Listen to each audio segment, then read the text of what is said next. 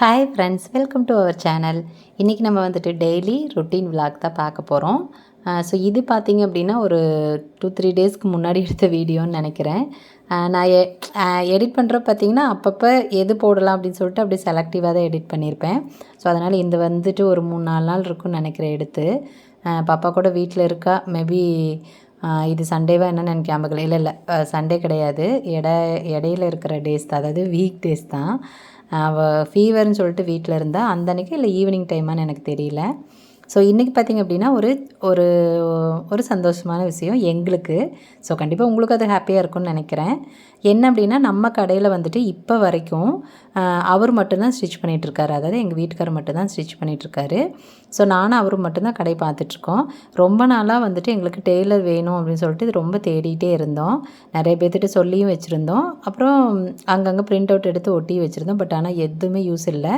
இடையில ஒரு 2-3 பேர் வந்தாங்க போனாங்க. பட் ஆனால் எங்களுக்கு அவங்க செட் ஆகலை. அவங்க வந்து லேடிஸ் தான் வந்திருந்தாங்க. நாங்கள் எதிர்பார்க்குற மாதிரி அவங்க ஸ்டிச் பண்ணவே இல்லை. நாங்களும் எவ்வளோ சொன்னோம், பட் பண்ணலை. இப்போ பார்த்திங்க அப்படின்னா இன்றைக்கி ஒருத்தங்க வந்திருந்தாங்க. அவங்க வந்து இன்னொரு வேறு ஒருத்தர் மூலிமா தான் அவங்க வந்திருந்தாங்க. ஸோ அவங்க பார்த்திங்க அப்படின்னா கொஞ்சம் வயசானவர் தான். பட் ஆனால் நல்லா ஸ்டிச் பண்ணுவாங்கன்னு சொன்னாங்க. 40 வருஷமாக அவங்க வந்து பண்ணிகிட்ருக்காங்க அப்படின்னு சொல்லியிருந்தாங்க. ஸோ எனக்கு வந்துட்டு ஒரு டெய்லர் கிடச்சதில் ரொம்ப ரொம்ப சந்தோஷம். பட் இந்த சந்தோஷம் நிலைக்குமான்னு சொல்லிட்டு உண்மையாலே எனக்கு தெரியல. இப்போ பார்த்திங்க அப்படின்னா இந்த வீடியோ எடுத்து ஒரு 4 நாள் இருக்குமா, இப்போ வரைக்கும் அவர் வந்துட்டு தான் இருக்கார். இடையில ஒரு நாள் வந்து லீவ் போட்டிருந்தார் உடம்பு சரியில்லை அப்படின்னு சொல்லிட்டு. பட் என்னென்னா இதுலேயே ஒரு சின்ன பிரச்சனை. நமக்கு மட்டுங்க பிரச்சனை எங்கேருந்து தான் வரும்னே தெரியாது. ஆக்சுவலி என்ன அப்படின்னா, அவர் வந்து நல்லா ஸ்டிச் பண்ணுறாருன்னு தான் சொன்னாங்க. எனக்கு அதில் எந்த ஒரு டவுட்டாக அப்படியெல்லாம் எனக்கு தெரியல. இப்போ தானே வந்திருக்காங்க, இன்றைக்கி தான் வந்திருக்காங்க. என்னென்னா அவருக்கு வந்துட்டு கொஞ்சம் காது கேட்காது. அவங்க வயசாகிடுச்சு இல்லைங்களா ஓரளவுக்கு. அதுக்காக ரொம்ப வயசானவங்க இல்லை, ஓரளவுக்கு நல்லா வேலை செய்கிற அளவுக்கு இருக்காங்க. பட் என்னென்னா அவங்களுக்கு வந்து காது கேட்காது. ஸோ அது பெரிய ஒரு ட்ராபேக் எங்களுக்கு. ஏன்னா நம்ம வந்து நிறைய விஷயம் அப்பப்போ சொல்கிற மாதிரி இருக்கும். நம்ம வேலையை பொறுத்த வரைக்கும் அப்பப்போ சொல்கிற மாதிரி இருக்கும். ஏதாவது ஆல்ட்ரு சொல்கிற மாதிரி இருக்கும். இல்லை சின்ன ஒரு விஷயம் ஏதாவது அவங்கக்கிட்ட வந்து ஷேர் பண்ணுற மாதிரி இருக்கும். அந்த மாதிரி ஒரு சமயத்தில் மட்டும்தான் எங்களுக்கு வந்து ரொம்ப பெரிய பிரச்சனையாக இருக்குது. அவருக்கு வந்து சுத்தமாகவே கேட்குறது இல்லைக்கா. அது ஃபோன் பேசுகிறாருங்க, ஆனால் நேரில் பேசினா அவர் கேட்க மாட்டேங்குது. அப்புறம் கேட்ட மாதிரி இது பண்ணுறாரு, ரியாக்ட் எல்லாம் பண்ணுறாரு. பட் ஆனால் மறுபடியும் அவர் வந்து நாம் என்ன சொல்கிறோமோ அதை வந்து ஃபாலோ பண்ணலை. அப்படின்னா அவர் கேட்குறதில்லன்னு அர்த்தம். எனக்கு என்ன பண்ணுறதுன்னு தெரியல, வேண்டான்னு சொல்ல முடியல. பட் ஓரளவுக்கு நல்லா தான் தைக்கிறாங்கன்னு அவங்க அப்பா சொன்னாங்க.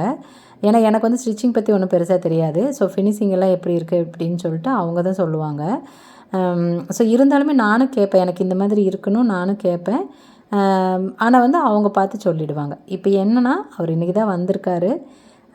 நீங்கள் எல்லோரும் கொஞ்சம் ப்ரே பண்ணிக்கோங்க எங்களுக்காக. ஏன்னா எங்களுக்கு ஆள் இல்லாமல் ரொம்ப சிரமப்பட்டுருக்கோம். ஏன்னா எங்களுக்கு நிறைய துணி வருது. ஆனால் எங்களால் ஆள் இல்லாமல் ஸ்டிச் பண்ணி கொடுக்க முடியறதில்ல. ஸோ அதனால தான் பெரிய ப்ராப்ளமாக இருந்துச்சு. நாங்களும் எவ்வளோ பேர்த்திட்ட சொல்லி வச்சுருந்தோம். பட் அது எதுவுமே வந்துட்டு செட் ஆகவே இல்லை. பார்க்கலாம், சரி இவங்க எப்படி ஒர்க் பண்ணுறாங்கன்னு சொல்லிட்டு. ஸோ இன்றைக்கி ஹாப்பி நியூஸ் எங்களுக்கு இது தான், ஒரு ஆள் கிடச்சிருக்காங்க, ஒரு டெய்லர் கிடச்சிருக்காங்க அப்படிங்கிறதுல. இன்றைக்கி பார்த்திங்க அப்படின்னா நிறைய கட்டிங் இருந்துச்சு. ஏன் அப்படின்னா அவர் இன்றைக்கி தான் வந்தார். ஆக்சுவலாக நேற்றுக்கு, அதாவது முந்தைய நாள் வந்து பார்த்துட்டு போனாங்க. ஓகேன்னு சொல்லியிருந்தாங்க, சரி வரேங்க அப்படின்னு சொல்லியிருந்தாங்க. அடுத்த நாள் வந்துட்டு வருவாங்களா என்னென்னு எங்களுக்கு தெரியாமையே இருந்துச்சு. அப்புறம் திடீர்னு ஒரு 9:30 மணிக்காட்ட ஃபோன் பண்ணி நான் வரேன் இன்றைக்கி அப்படின்னு சொல்லிட்டாங்க. அப்புறம் எனக்கு என்ன பண்ணுறதுன்னு தெரியல. ஏன்னா அந்த அன்றைக்கி வந்து பெருசாக நான் கட்டிங் எதுவும் பண்ணி வைக்கல. ஏன்னா இவர் மட்டும் தானே தைக்கிறாரு. அப்படிங்கிறப்ப உங்களுக்கு தான் நான் முன்னாடியே சொல்லியிருக்கேன்ல, உண்டுனா வந்து கட் பண்ணி வைக்க மாட்டேன் அப்படின்னு சொல்லிட்டு. அப்புறம் இன்னொன்று என்னென்னா, நான் என்ன தான் எக்ஸ்பீரியன்ஸாக இருக்கிற டெய்லர்ஸாக இருந்தாலும் கூட எனக்கு வந்துட்டு எடுத்தோடனே கஸ்டமர் துணி கொடுக்கறதுக்கு எனக்கு வந்து மனசு வராது. ஏன்னா ஒரு வேளை சப்போஸ் நம்ம எதிர்பார்க்குற ஒரு ஃபினிஷிங் அவங்க கொடுக்கலன்னா நாம் கஸ்டமர்கிட்ட பதில் சொல்ல முடியாது இல்லையா. அதனால் என்ன பண்ணுவேன்னா, ட்ரையலுக்கு ஒரு ப்ளவுஸ் கொடுப்பேன். அது மேக்ஸிமம் என்னோடய ப்ளவுஸாக தான் இருக்கும். அப்புறம் இப்போ என்னோடய ப்ளவுஸ் ஒன்றுமே இல்லை ஸ்டிச் பண்ணுறதுக்கு. அப்புறமா என்னோடய ஃப்ரெண்டு ஒருத்தங்க பக்கத்தில் இருக்காங்க. அவங்களும் பார்த்திங்கன்னா ரொம்ப ஷார்ட் பீரியடில் தான் நம்மளுக்கு ஃப்ரெண்ட் ஆனாங்க. ஸோ அவங்களோட ப்ளவுஸ் வந்து நம்மக்கிட்ட இருந்துச்சு. அப்புறம் அவங்க சொல்லியிருந்தாங்க, அக்கா உங்களுக்கு ஏதாவது இந்த மாதிரி ட்ரையலுக்கு ட்ரை பண்ணோன்னா இந்த ப்ளவுஸ்லேயே ஸ்டிச் பண்ணிக்கோங்க, ஒன்றும் பிரச்சனை இல்லை அப்படின்ட்டு. ஸோ அதனால் நமக்கு ஏதாவது ட்ரையல் பார்க்குறோம், வேறு ஏதாவது டிஃப்ரெண்ட்டாக ட்ரை பண்ணுறோம் அப்படின்னா அவங்களோட ப்ளவுஸில் தான் ட்ரை பண்ணுவேன். அவங்களுக்கு ஸ்டிச் பண்ணி கொடுத்துருவேன். அப்புறம் அவங்க போட்டுப்பாங்க.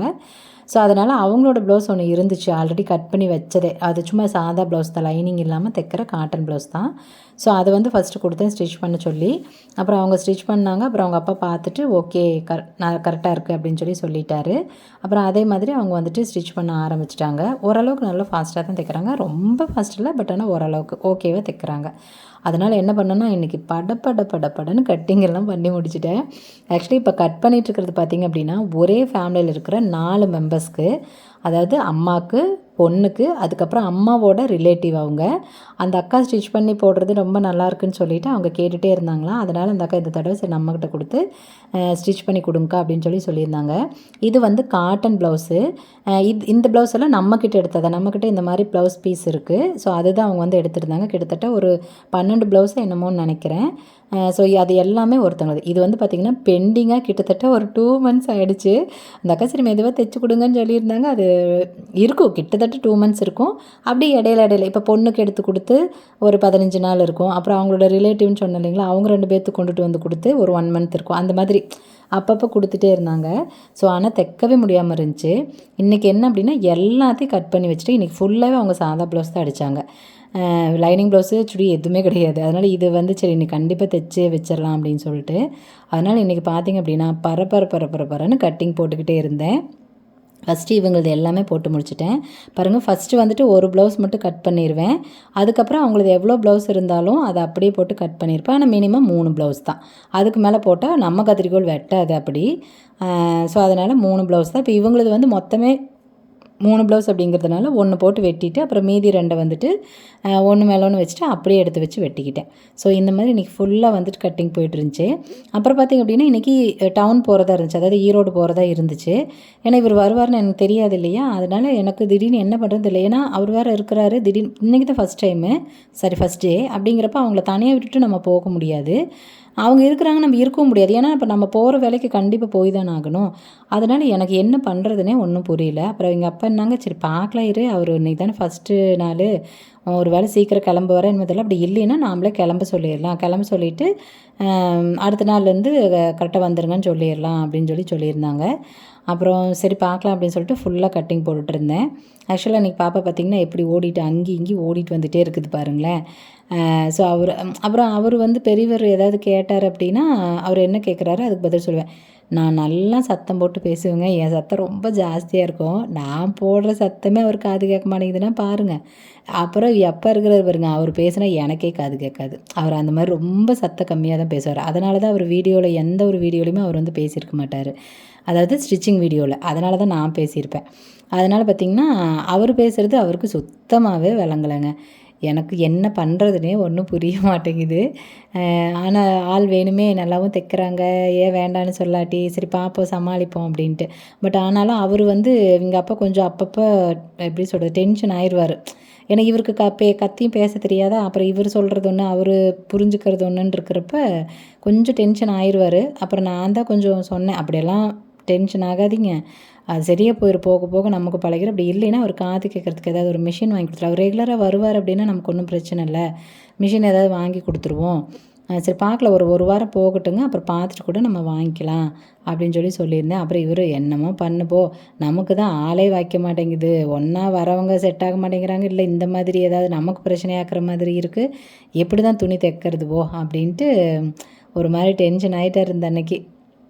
அப்புறம் சரி விடுங்க பார்த்துக்கலாம் அப்படின்னு சொல்லிட்டு அப்புறம் நாங்கள் ஃபுல்லாக அன்றைக்கி தான் ஃபுல்லாகவே நிறைய ஸ்டிச் பண்ணிகிட்ருந்தோம். இதெல்லாம் தான் ஸ்டிச் பண்ணி அப்படியே அடுக்கி வச்சுட்டாங்க. கிட்டத்தட்ட ஒரு 20-25 ப்ளவுஸுக்குள்ளார தைச்சி அடுக்கிட்டாங்க. இதை நான் கொக்கி கட்டி எடுக்கவே உண்மையாலே எனக்கு எப்படி சொல்ல, ஒரு வாரம் கழித்து தான் கொக்கி கட்டினேன். ஒவ்வொருத்தருதான் கொக்கி கட்டி எடுத்து வச்சுக்கிட்டு இருந்தேன். ஸோ பார்த்துருங்க, ஒரு ப்ளவுஸ் வெட்டிட்டு இது 3 ப்ளவுஸு ஒட்டுக்கா. இது வந்து அவங்க பொண்ணுதுன்னு நினைக்கிறேன். இதெல்லாம் வந்து ரஃப் யூஸ்க்கு போடுறதுங்க, வீட்டுக்கு போடுறது, ப்யூர் காட்டன் மெட்டீரியல் இது. ஸோ ஆமாம், இது வந்து அவங்க பொண்ணுது, அந்த அக்காவோட அவங்க பொண்ணுது. ஸோ ஒரு ப்ளவுஸை வெட்டிட்டு அப்புறம் மீதி 3ஐயும் ஒன்று மேலே ஒன்று அப்படியே வச்சுட்டு எல்லாத்தையும் ஃபுல்லாக வந்துட்டு வெட்டி முடித்தாச்சு. அப்புறம் மெயினாக என்ன அப்படின்னா நிறைய சப்ஸ்கிரைபர் வந்து சொல்லியிருக்காங்க, நீங்கள் வந்து லேடிஸ்க்கு யூஸ் ஆகிற மாதிரியான நிறைய விஷயங்கள் சொல்லுங்கள். எவ்வளோ பேர் வந்துட்டு இன்னும் பயந்துட்டு எதுவும் பண்ண முடியாமல் இருக்காங்க. ஸோ அவங்களுக்குலாம் கொஞ்சம் வந்து நீங்கள் மோட்டிவேஷனாக இருக்கிற மாதிரி பேசுங்க. ரொம்ப நல்லாயிருக்கு, நீங்கள் சுறுசுறுப்பாக இருக்கீங்க, உங்களுடைய சிரிப்பு நல்லாயிருக்கு அப்படின்னு நிறைய பேர் கமெண்ட்டில் சொல்கிறப்போ உண்மையால் அதை பார்க்க பார்க்க அவ்வளோ சந்தோஷமாக இருக்கும். நிஜமாலுமே இது என்னுடைய நேச்சர் தான். இங்கே கடைக்கு வரவங்களே அப்படி தான் சொல்லுவாங்க, அக்கா இங்கே வந்தாவே எப்படி சொல்கிறது, டைம் போகிறதே தெரிய மாட்டேங்குதுங்க்கா, நீங்கள் பேசுனா ஏதாவது நாங்கள் பேசிக்கிட்டே இருக்கிறோம், நீங்கள் நல்லா பேசுகிறீங்க, நல்லா எக்ஸ்பிளைன் பண்ணுறீங்க, அந்த மாதிரி தான் சொல்லுவாங்க. ஏன்னா நமக்கு கஸ்டமர் தான் முக்கியம். ஸோ கஸ்டமரை நம்ம வந்து எப்படி வந்து அட்ராக்டிவாக பேசணும் அப்படிங்கிறது தெரிஞ்சால் தான் நம்ம வந்துட்டு இந்த ஒர்க்கை பொறுத்த வரைக்கும் பண்ண முடியும். அதுக்காக நான் வந்து தேவையில்லாமல் எக்ஸ்ட்ரா பேசுகிறதோ இல்லை அவங்கள வந்து காக்கா பிடிக்கிற மாதிரி பேசுகிறது அப்படியெல்லாம் நான் என்றைக்குமே பண்ண மாட்டேன். ஏன்னா எனக்கு அது பிடிக்கவும் பிடிக்காது. நம்மளோட வேலை பிடிச்சி அவங்க இங்கே வரணும், நம்மளோட எப்படி சொல்கிறது அப்ரோச் பிடிச்சி அவங்க வரணும். அதை விட்டுட்டு நாம் சும்மா அவங்களுக்கு வந்து ஆமஞ்சமியெல்லாம் போடக்கூடாது. ஸோ அதனால் பார்த்திங்கன்னா நான் அந்த மாதிரியெல்லாம் எதுவுமே பேச மாட்டேன். பட் ஆனால் அவங்க ஏதாவது ஒரு டவுட் கேட்குறாங்கன்னா ஃபுல் அண்ட் ஃபுல் எக்ஸ்பிளைன் பண்ணுவேன், டைம் எடுத்து பேசுவேன். அது வந்து இவங்க அப்பா சொல்லுவார், நீ என்னவில இத்தனை பேச்சு பேசுகிற, அவி காதில் ரத்தம் வந்துருமாட்டிருக்குது, அது வரைக்கும் விடமாட்டேயாட்டிருக்குது அப்படிம்பாங்க. ஸோ இங்கே வர கஸ்டமர் எல்லாமே பார்த்திங்கன்னா ரொம்ப ஃப்ரெண்ட்லியாக தான் இருப்பாங்க. ஒரு ஃபேமிலி மாதிரி தான் வச்சுக்கோங்களேன். அவங்களோட ஃபேமிலி ஃபங்க்ஷன் எதுவாக இருந்தாலும் எங்களை கூப்பிடுவாங்க. ஸோ அந்தளவுக்கு நாங்கள் வந்து நான் வந்து அப்படி தான் பேசுவேன், சீக்கிரமாக ஒட்டிக்குவேன் யார்கிட்டையுமே. அப்புறம் இன்றைக்கி என்ன பண்ணால் ஈரோடு போகிறதுக்கு தேவையான, எப்பயுமே உங்களுக்கு தெரியும் இல்லையா, நான் டவுனுக்கு போனால் என்ன பண்ணுவேன்னு, அதுக்கு தான் பண்ணிகிட்ருக்கேன். லிஸ்ட்டு போட்டுட்ருக்கேன். பாப்புக்குட்டி உட்காந்துக்கிட்டு என்ன பண்ணுற ஏது பண்ணுறேன்னு பார்த்துட்டு இருந்துச்சு. அப்புறம் ஏதாவது கேட்டால் எடுத்து கொடுத்துக்கிட்டு இருந்துச்சு. அப்புறம் எங்கள் அப்பாட்ட என்னமோ டவுட் கேட்டு அப்புறம் என்னென்னலாம் மெட்டீரியல்ஸ் வேணும், யாருக்கெல்லாம் என்னென்ன வாங்கணும் அப்படின்னு சொல்லிட்டு ஃபுல் அண்ட் ஃபுல் லிஸ்ட்டு போட்டுட்ருந்தேன். அது மட்டும் இல்லாத யாருக்கு கிளாத் எடுக்கிறோம் அப்படின்னு சொல்லிட்டு ஃபுல்லாக வந்துட்டு எடுத்துகிட்டு இருந்தேன். அப்புறம் அதுக்குள்ளே பார்த்திங்கன்னா 2 கஸ்டமர் வந்தாங்க. அவங்க வந்து ட்ரையல் ஒருத்தர் போட்டு பார்த்தாங்க. ஸோ அந்த மாதிரி பார்த்துட்டு அதெல்லாம் போயிட்டு இருந்தாங்க. அப்புறம் உங்களுக்கு தான் தெரியுமே, கஸ்டமர் வந்தால் நம்ம வந்து வீடியோவே எடுக்க மாட்டோம், ஸ்டாப் பண்ணிடுவேன்னு சொல்லிட்டு. ஸோ அந்த மாதிரி ஸ்டாப் பண்ணிவிட்டு அப்புறம் மறுபடியும் வந்து எடுத்துகிட்டு இருந்தேன். ஆக்சுவலாக இப்போ பாப்பா போட்டிருக்க பார்த்தீங்களா இந்த ட்ரெஸ்ஸு, இது வந்து ஸ்கர்ட் அண்ட் டாப்பு நம்ம ஸ்டிச் பண்ணினது தான். கீழே ஸ்கர்ட்டுக்கு வந்து தனியாக பீஸ் எடுத்துகிட்டு வந்துட்டோம்.